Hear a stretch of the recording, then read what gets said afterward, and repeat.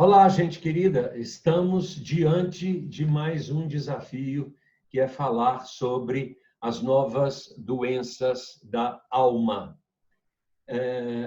Eu preciso dar uma explicação para vocês, que foi o seguinte: esse vídeo, nós tivemos um problema técnico com o Instagram, e aí o vídeo simplesmente se perdeu. Por isso, nós estamos gravando novamente esse tema, as novas doenças da alma, para ele ficar registrado, e para você que não assistiu, se quiser assistir, vai estar publicado aí no YouTube.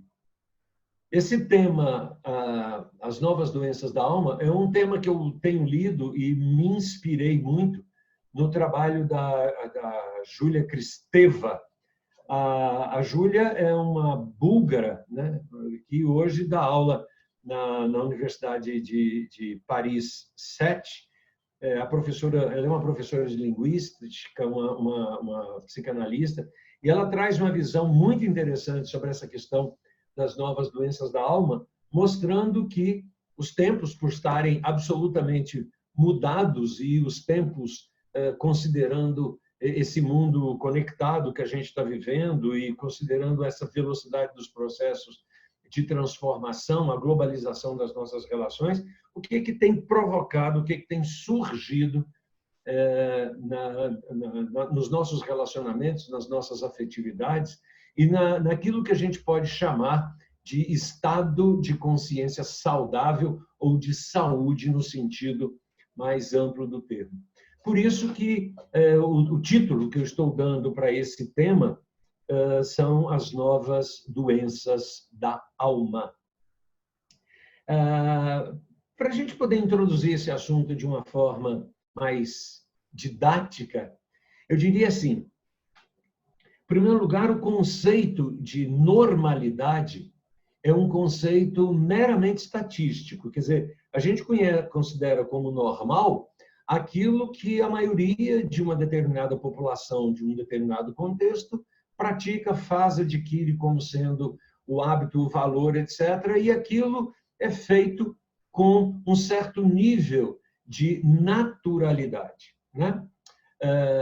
Então, esse é um dos primeiros grandes desafios que a gente tem, que é entender o fato de que, quando a gente fala de normalidade, a gente está falando desse elemento estatístico, vamos dizer assim, sendo um tanto quanto reduzido, que explica a nossa relação com as coisas em termos de quantidade de pessoas aderentes àquelas mesmas formas de perceber a realidade. Só que esse conceito ele é sustentado por outros dois conceitos. Um conceito de alienação e um conceito de marginalidade. Então, nós temos o conceito de normalidade, depois nós temos o conceito de alienação. Alienação diz respeito àquele conjunto de pessoas ou de sujeitos que vivem no presente momento a partir de valores e reflexões do passado, julgando que aquilo que acontecia no passado é que deveria sustentar ou que deverá sustentar o presente. Então, é muito comum escutar nas pessoas alienadas, é muito comum escutar aquela frase: no meu tempo é que era bom. As crianças do meu tempo é que eram felizes, porque elas jogavam futebol na rua, brincavam de bolinha de gude, brincavam de pipa, brincavam disso, brincavam daquilo, como se as crianças que viveram naquela época, ao serem saudáveis e sadias, não poderiam hoje, as crianças de hoje, serem saudáveis e sadias, portanto, porque mexem com videogame, porque não gostam de jogar futebol na rua e nem tampouco brincar de bolinha de gude. Então, esse é o segundo conceito. E o terceiro conceito é o conceito de marginalidade. Ou seja, são aqueles indivíduos que, ao estabelecerem a sua relação com a normalidade, ultrapassam os limites estabelecidos por aquela normalidade para criar novas possibilidades, né? Então, esses três segmentos estão sempre presentes na nossa sociedade. 70% estão qualificados ou classificados, ou pelo menos estabelecidos como normais, 20% estão estabelecidos como alienados, quer dizer, aquelas pessoas que vivem a partir do passado, e 10% dessas pessoas marginais, são as pessoas que são capazes de romper os limites da normalidade para poder criar situações de possibilidade. Eu preciso fazer uma ressalva aqui que o conceito de normalidade, de marginalidade que a gente está usando é um conceito técnico e não um conceito dos fora da lei, né? Marginalidade, eu estou usando o conceito que é o indivíduo que foi capaz de ir além da margem que a sociedade permite. Então, na história da humanidade, todas as pessoas que fizeram as grandes transformações pelas quais a sociedade passou foram parte desse grupo de 10% chamado de marginais. Freud, Leonardo da Vinci, Henry Ford, Steve Jobs, Michael Jackson e tantos outros, né, que foram indivíduos que olharam para a realidade e disseram, olha, por que não? Né? Porque a tendência nossa é reproduzir os modelos com os quais nós estamos nos relacionando. Então, de repente, chega uma pessoa e diz assim, a Terra é redonda. E para uma população que acreditava que a Terra era plana, isso era um absurdo, mas o cara insiste, o cara faz... E aí o Colombo foi capaz de fazer essa viagem em torno desse processo para mostrar, olha, a Terra é redonda, e, enfim.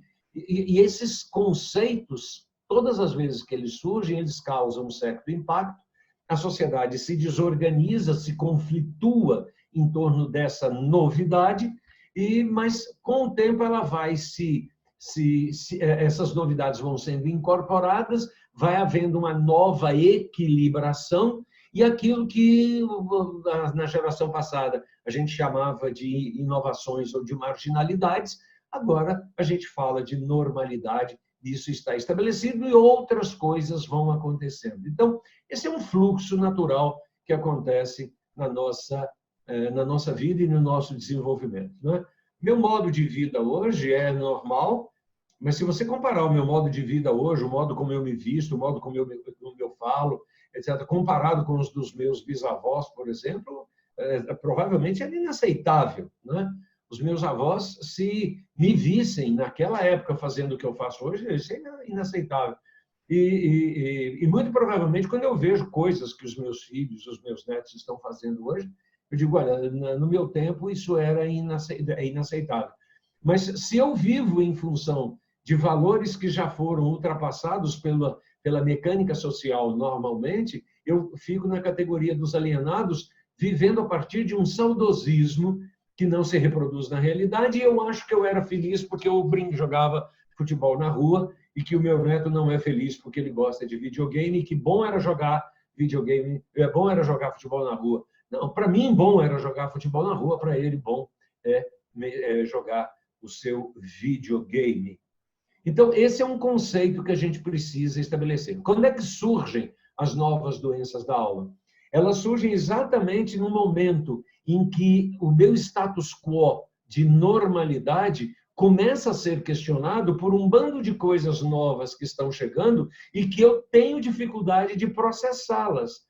E se eu não sou capaz de processá-las com a devida lucidez, isso acaba me adoecendo. Então, eu começo a não ser capaz de reagir de forma adequada ao que está chegando, e essa não reação adequada faz com que a minha alma adoeça.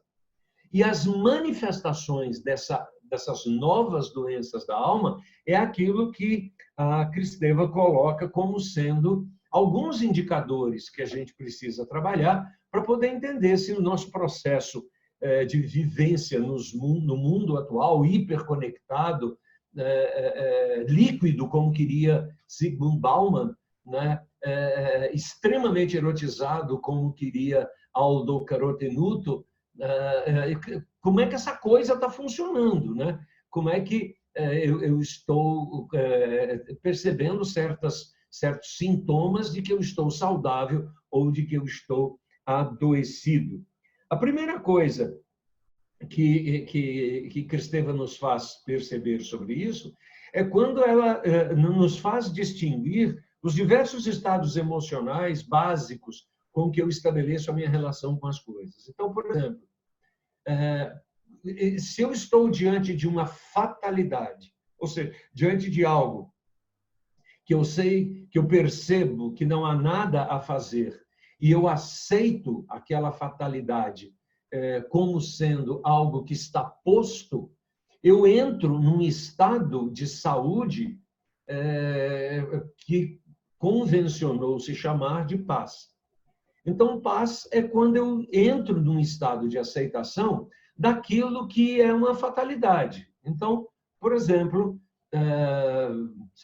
minha mãe faleceu. E eu aceito que fizemos tudo o que foi possível, demos a assistência que foi possível, estabeleci a minha relação filial com ela, no que foi possível, etc. Mas, eu estou considerando as circunstâncias da vida, ela faleceu. E eu aceito isso. Então, esse fato me dá saudade, mas me coloca em estado de paz. Mas, se diante de uma fatalidade eu não consigo aceitar essa fatalidade, aí eu me encho de culpa. E o sentimento que decorre disso passa a ser o sentimento de ressentimento. O médico errou, eu não fiquei com ela o tanto que eu queria ficar, eu não conversei com ela o tanto que eu gostaria de conversar, eu fui um filho ausente.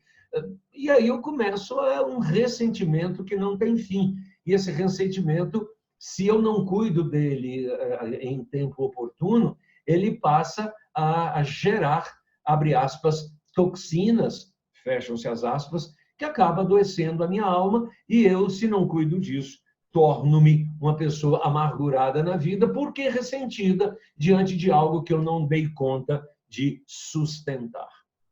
O segundo elemento é o seguinte: diante de um juízo de possibilidade, ou seja, diante do mundo que eu vivo, e eu acredito nas possibilidades que o meu propósito desperta em mim, e se eu acredito no meu propósito e de que o meu propósito é possível, então isso gera em mim um sentido saudável, chamado de aspiração.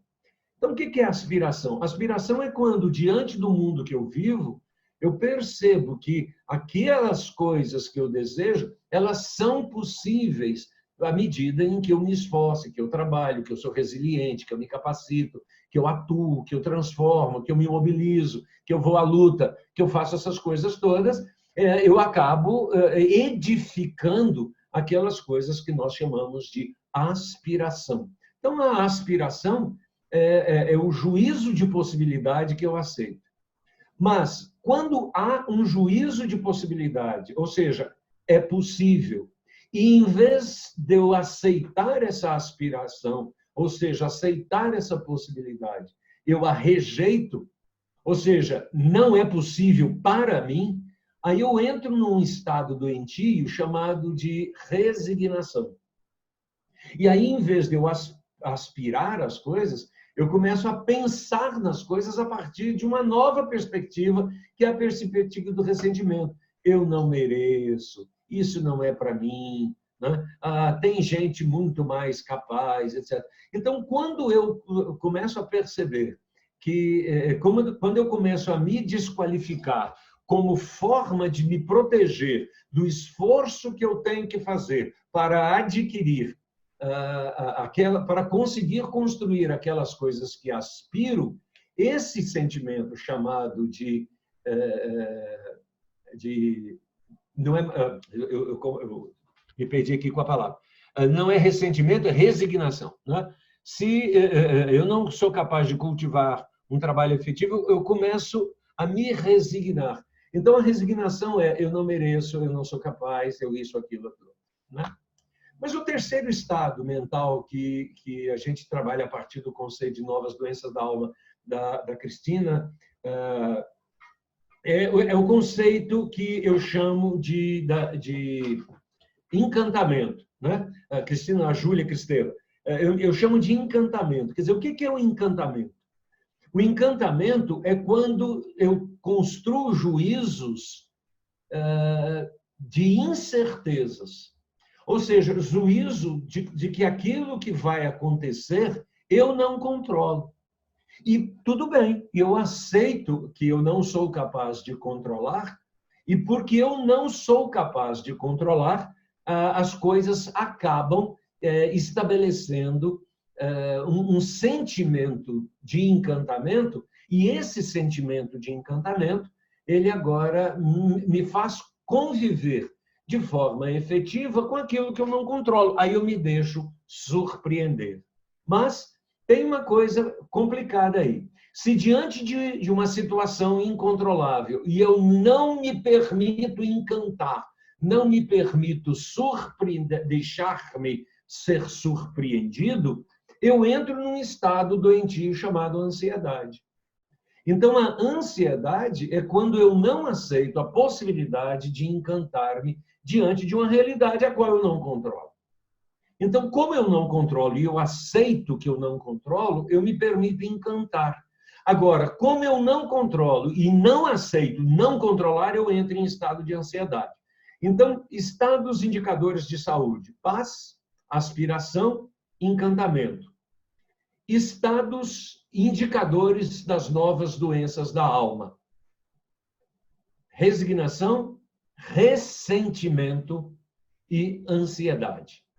Pois é, diante disso que a gente acabou de mostrar para vocês, que são os 3 elementos indicadores das novas doenças da alma, ok? Resignação, ressentimento e ansiedade. Como é que essas coisas têm se manifestado no mundo de hoje? A primeira delas é o seguinte: para a gente poder entender como é que essa nova doença da alma, considerando essas 3 coisas, como é que elas se instalam, eu vou contar para vocês o caso da perereca, ok? Perereca, aquela amiga do sapo, a perereca. Como é que é a brincadeira da perereca? Isso é um teste que se faz no laboratório. Você pega uma perereca, coloca dentro de uma panela com água fria. Coloca ela lá, com água fria. E a perereca está lá toda feliz.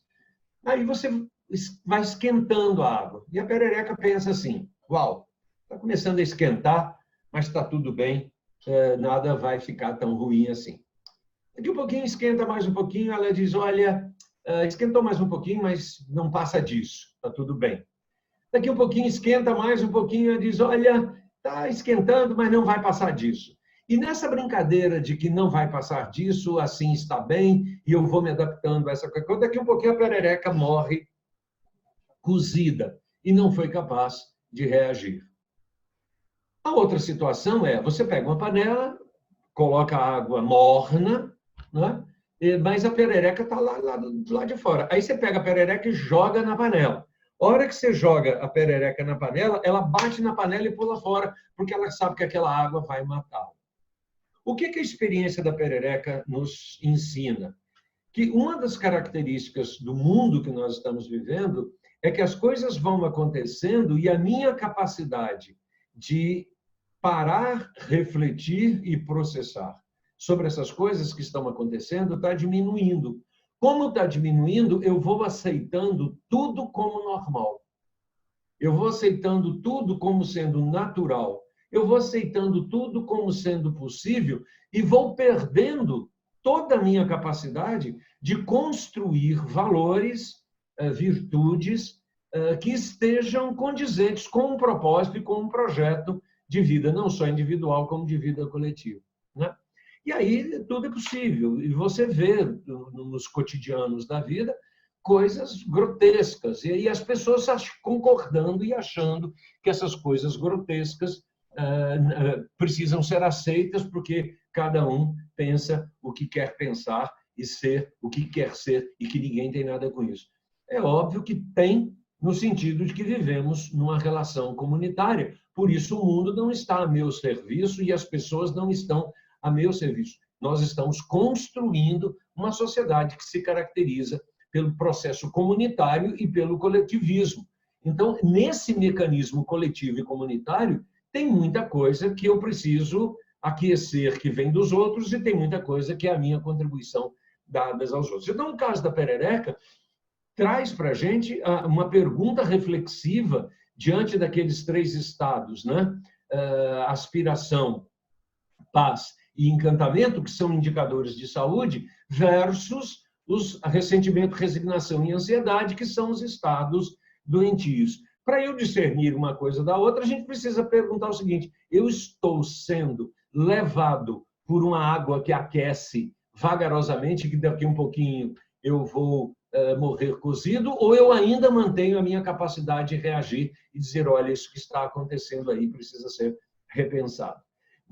Se eu estou nessa característica de que tudo que vem é isso mesmo, porque as coisas são desse jeito, eu começo a desenvolver alguns sintomas das novas doenças da alma. O primeiro desses sintomas é a enorme dificuldade que eu tenho de escutar. Eu não tenho paciência para escutar o outro.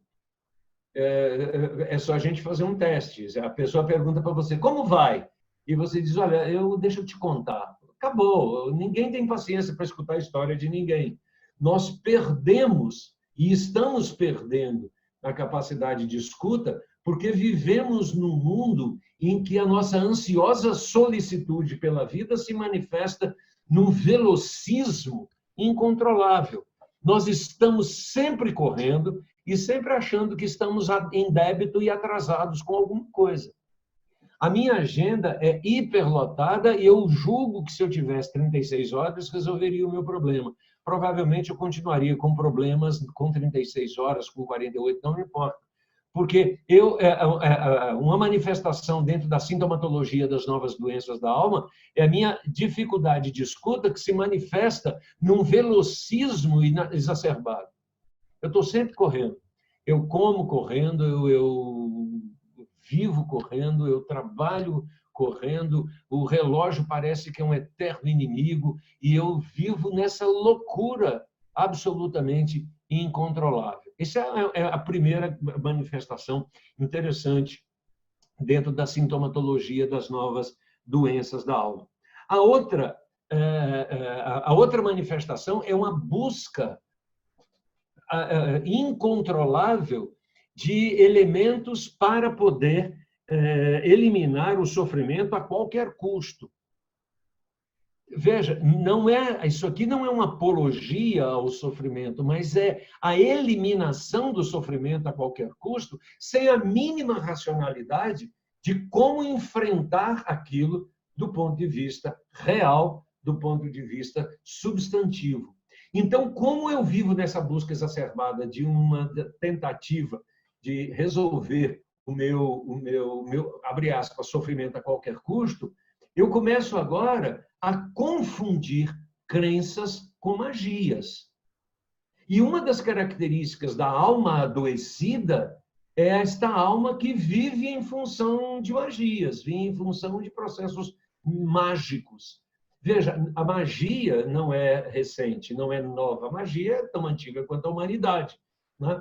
O problema não é a magia, o problema é a minha crença de que aquilo vai ser capaz de resolver o problema do mundo.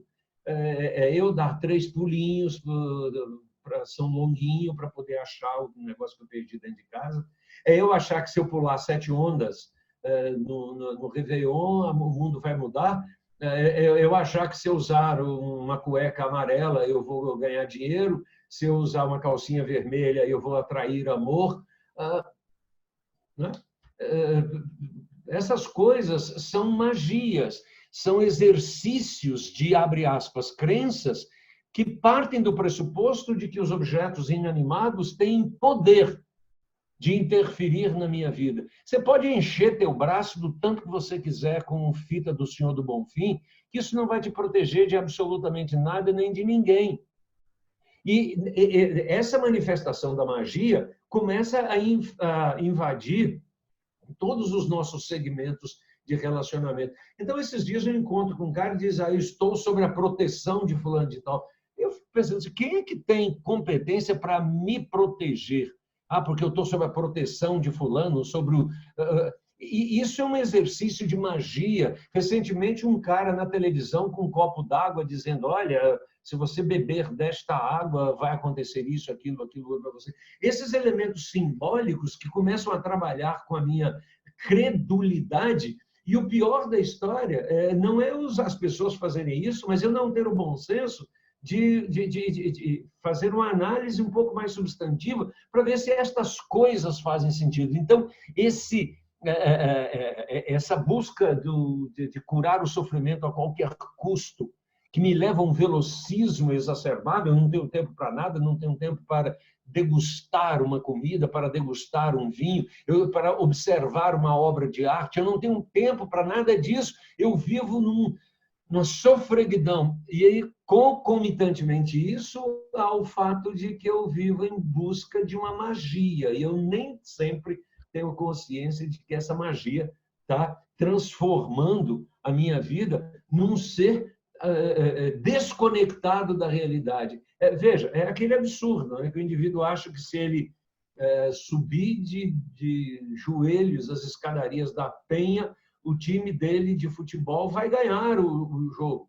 Pode subir, pode descer quantas vezes ele quiser, que não é isso que determina que seu time vai ganhar ou não ganhar. É aquele sujeito que acha que se ele for na missa, ou no terreiro, ou na igreja, sei lá eu aonde, 3 vezes por semana, provável e pedir para Deus, ele vai passar no concurso público. Se ele não estudar, isso não vai acontecer. Então, esse mundo que coopera para a fundamentação de uma vida sedimentada nessa magia, ele é uma das manifestações da sintomatologia das novas doenças da alma. Eu passo a crer em absurdos, né? Eu passo a crer em coisas assim que não fazem o menor sentido, que não tem nenhuma reverberação concreta na realidade.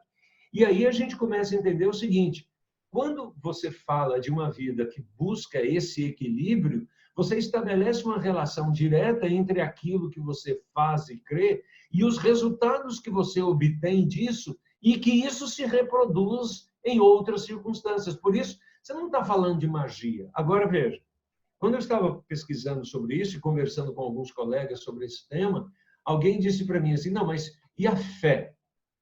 Veja, a fé difere-se da magia porque a fé ela estabelece uma relação de crença com algo que efetivamente compõe a minha natureza como ser. Eu não estou atribuindo uma fé numa coisa, eu estou atribuindo a fé num princípio. Não é um pedaço de pau que faz a coisa acontecer, não é a pulseirinha do Bonfim, Nosso Senhor do Bonfim.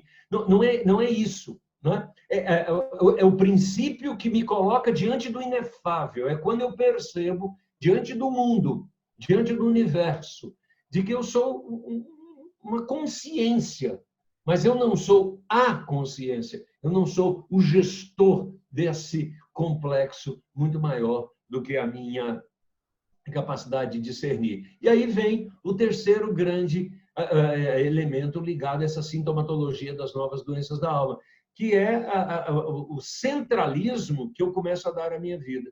Eu começo a achar que se todo mundo seguisse os meus conselhos, o mundo estaria melhor. Eu começo a achar que a minha forma de ver a realidade é verdadeira. Eu esqueço que a minha forma de ver a realidade, a minha cosmovisão, é apenas a minha cosmovisão. Não é a melhor, não é a mais verdadeira, não é a única. É apenas a escolha que eu fiz. E essa escolha que eu fiz, ela não pode ser prepotente. A escolha que eu fiz, ela serve para compartilhar com outros, para estabelecer no processo da diferença a construção de um consenso que permite gestar uma nova via. Então, eu percebo as coisas na realidade para poder compartilhar com você. E você, por ser uma pessoa diferente, percebe isso de uma forma diferente e compartilha comigo. Ao compartilhar diferentemente as coisas, a gente começa a refletir sobre elas e, na reflexão, a gente é capaz de gestar um novo mundo, uma nova possibilidade, que não é a minha, que não é a sua, mas que é a nossa. Quando eu não consigo fazer isso, então esse velocismo, não é? Que leva a um consumismo exacerbado, a construção de uma magia, a incapacidade de perceber as diferenças como possibilidades e não haver o mundo como uma constante relação de ameaça, Eu começo agora a estabelecer comigo mesmo uma nova sanidade. Então, essa nova sanidade agora me permite efetivamente distinguir aquilo que é essencial na minha vida e aquilo que é efêmero na minha vida. Né? Ou seja, capacidade de discernir o que é essencial do que é efêmero me permite fazer escolhas mais substantivas. E fazer escolhas substantivas presume a minha capacidade de dizer não, que é um elemento que garante a minha saúde. Ou seja, tem muita coisa, né? Tem muita doença da minha alma que poderia ser curada se eu dissesse não. Então, olha, não, eu não consigo lidar com isso. Por favor, não, esse é o meu limite. Por favor, não, olha, eu já comi o bastante. Por favor, não, olha, eu não vou assistir isso, porque, por favor, não, esse negócio me faz mal. Então, a partir do momento que eu sou capaz de estabelecer limites diante desse mundo e de ter coragem de dizer, olha, desculpa, eu não consigo compactuar com isso. E esse dizer não é um dizer não a partir do estado de paz. Eu estou em paz em dizer não. Eu não estou beligerando com você. Então, olha que diferença sutil. Eu sou capaz de dizer não a partir da paz porque eu respeito a diferença, convivo com a diferença, aceito a diferença necessariamente e não preciso aceitar aquilo que a diferença está me propondo. Então, veja, recentemente eu fui convidado a participar de uma cerimônia e a pessoa chegou para mim e disse, Homero, olha, vamos lá em tal lugar assim, assim, vai ter uma cerimônia assim, assim, assim. Eu gostaria de te convidar para participar. Eu digo, cara, olha, eu não vou. Ele diz, você tem alguma coisa contra? Eu digo, não, mas o meu limite é que esse tipo de cerimônia não me faz bem.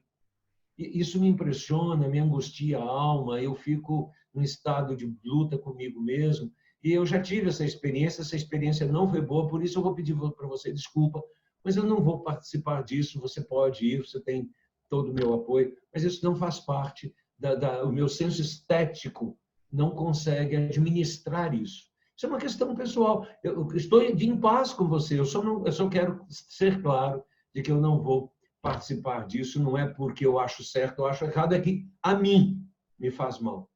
E veja, eu estou em paz com isso, eu estou comunicando isso a partir da paz. E não necessariamente a partir da beligerância, e não necessariamente para tentar convencer todo mundo de que eu estou certo ou que eu estou errado, não é essa a questão. A outra questão, então, é nessa diferenciação entre o que é essencial do que é efêmero, eu começo agora a construir um padrão de vida que, ao dizer não a um bando de coisas, torna a minha vida muito mais sustentável.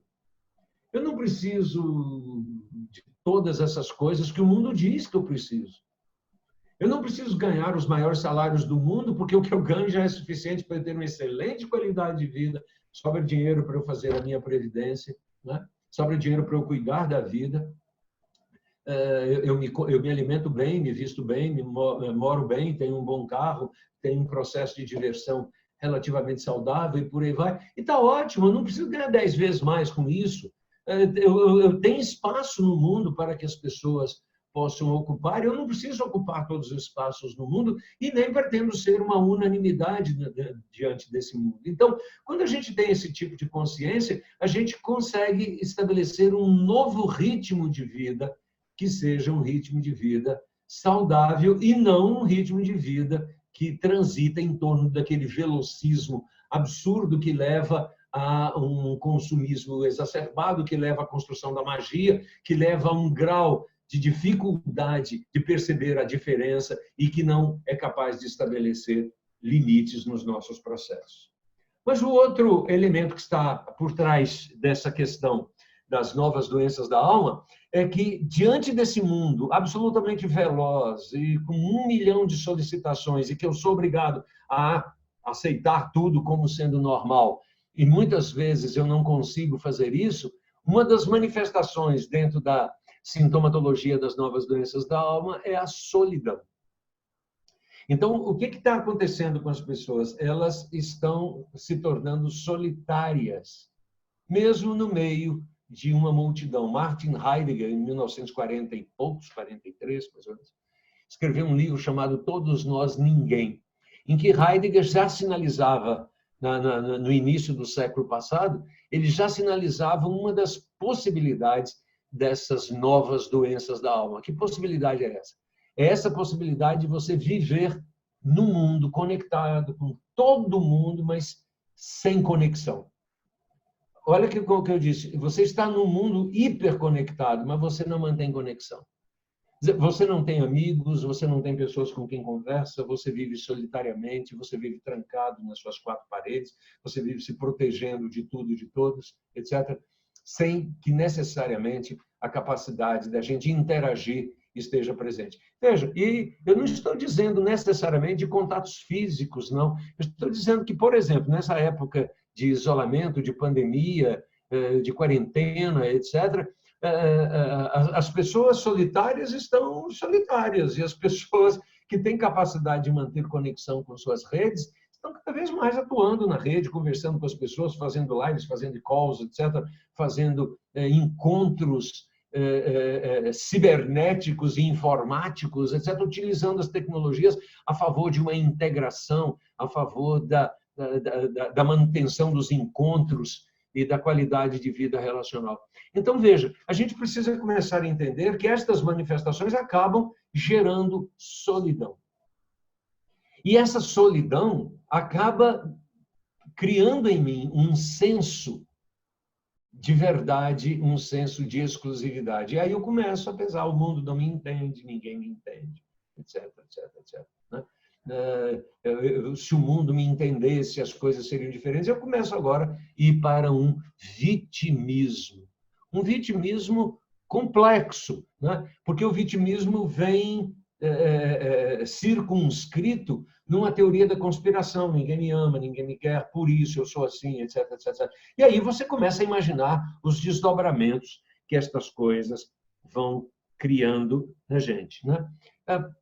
Por último, essa grande manifestação das novas doenças da alma tira de mim também o senso do dever coletivo.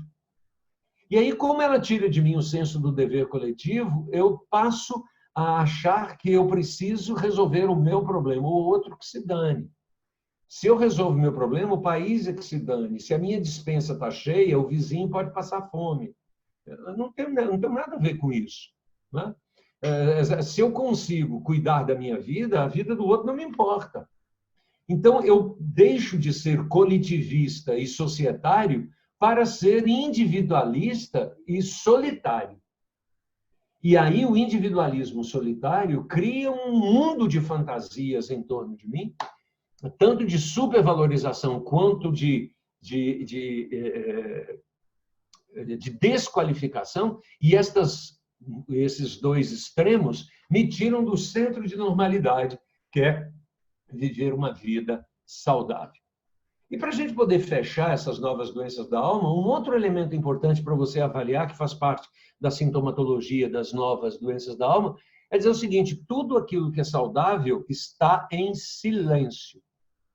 E eu gosto muito desse princípio, porque ele permite 1000 ilações, 1000 reflexões. Tudo aquilo que é saudável está em silêncio. Olha só que interessante. Às vezes eu pergunto para algumas alunas minhas e para as minhas filhas e minha esposa, etc. Me conte uma coisa. Qual é a melhor sandália feminina que existe no mercado? Aí elas vêm falando os nomes, né? Aqueles nomes de marcas, Louboutin e não sei o quê, etc., etc. E aí elas dizem, não é isso? Eu digo, para mim não. Para mim o melhor sapato que existe no mundo é aquele que eu esqueço que está no meu pé. Não importa o sapato que você use. Se ele te lembra que está no seu pé o tempo inteiro, eu estou no seu pé, eu estou no seu pé. Se ele te incomoda, não importa a marca, não importa o preço, não importa o modelo, se ele te incomoda, ele faz mal para você. Ele não pode te incomodar. Então, o melhor sapato é aquele que você coloca no pé e esquece que ele está no seu pé. Olha que barato isso. Se você coloca no seu pé e você esquece que ele está no seu pé, ele é um excelente sapato. Assim acontece com a nossa saúde. Se algo está acontecendo que está incomodando, se o teu corpo está gritando, se as tuas emoções estão gritando, se você está se tornando excessivamente ranzinza, excessivamente chato, excessivamente raivoso, se as suas palavras são de beligerância, se a vida é sempre uma grande contenda, uma grande disputa, se a vida é sempre uma luta exacerbada uns com os outros, os certos contra os errados, os dessa cor contra os daquela cor, se a gente vê o mundo sobre esse prisma dos afastamentos, dos antagonismos, das hipérboles conceituais, tem alguma coisa gritando aí, e essa coisa gritando está constituindo em mim uma doença relacional seríssima e eu preciso cuidar dela. Porque quando eu estou saudável, eu estou em silêncio e a minha vida está em paz. Então, às vezes eu brinco dizendo assim, você sabe onde é que fica o seu pâncreas? É óbvio que se você é médico ou enfermeiro, você deve saber, mas vamos pensar metaforicamente. Você sabe onde é que fica o seu pâncreas? Vai dizer, não, mas se doer, você bota o dedo em cima. Então, a gente brinca sempre assim, né? O que dói requer a nossa atenção.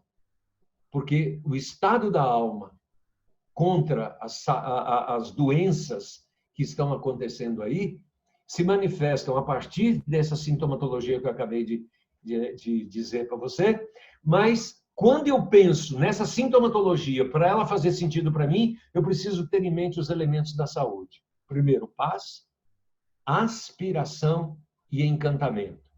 Isso é saúde. Resignação, ressentimento e ansiedade é doença. A sintomatologia me faz, então, perceber se eu estou mais do lado de cá ou mais do lado de cá. E nessa sintomatologia está, em primeiro lugar, um velocismo exacerbado. Se você não tem tempo para nada, eu diria para você que você está doente. Quem não tem tempo, não delega, não capacita, não prioriza e não confia. Se eu priorizo, confio, capacito e delego, eu tenho tempo. E eu preciso aprender a fazer isso, porque isso é saúde. Segundo, esse consumismo exacerbado. Eu preciso ter sempre as up-to-dates de todas as coisas. Então, se você para e pensa e diz, olha, o meu iPhone 9 está muito bem, por que eu preciso do 10 se eu comprei o meu tem 6 meses? Eu preciso fazer essa reflexão. Não é para não ter, mas é para saber por que se tem. Então, se eu saio desse velocismo exacerbado, se eu saio desse consumismo exacerbado, se eu entendo que a vida não é esse exercício de magia absurda, que vestir calcinha amarela, cueca vermelha, vai fazer isso, aquilo, e se der 3 pulinhos, eu vou acabar encontrando o que eu perdi dentro de casa. A fita de Não Ser do Bonfim. Se eu entendo que essas magias criam dentro de mim um mundo fantástico, que me desconectam da realidade, se eu entendo que não tem ninguém me protegendo, eu não preciso estar sob a proteção de ninguém, porque eu, pessoalmente, acredito que Deus está na minha proteção, eu não preciso de ninguém dizer que é meu protetor. Então, quando eu saio dessas manifestações de magia, eu começo a voltar a minha vida para um relacionamento um pouco mais íntimo com as pessoas, uma capacidade de contemplar a beleza, uma capacidade de ter tempo de degustar a vida, degustar os alimentos, me enebriar com os odores e perceber que nós vivemos num mundo bonito. Eu preciso ter olhos para ver, ouvidos para escutar. Quando eu entendo isso, eu começo a fazer opções substantivas de vida, substantivas de relacionamento. Começo a estabelecer limites. Começo a claramente evitar abusos. Começo a evitar relacionamentos tóxicos. Começo a dizer não, começo a colocar as coisas nos seus devidos lugares e começo a me abrir para entender que eu sou apenas um indivíduo a serviço dos outros indivíduos e que na nossa relação a gente constrói sempre uma terceira via que não é a que eu quero, não é a que você quer, mas é aquela que é possível para a comunidade, para o coletivismo e para a nossa sustentação afetiva e efetiva como seres humanos que se amam. Espero que você tenha gostado. As novas doenças da alma são reflexões em cima do trabalho da Júlia Kristeva. E eu fico muito feliz de você me dar o prazer de escutar e de refletir sobre esses temas. Um grande beijo.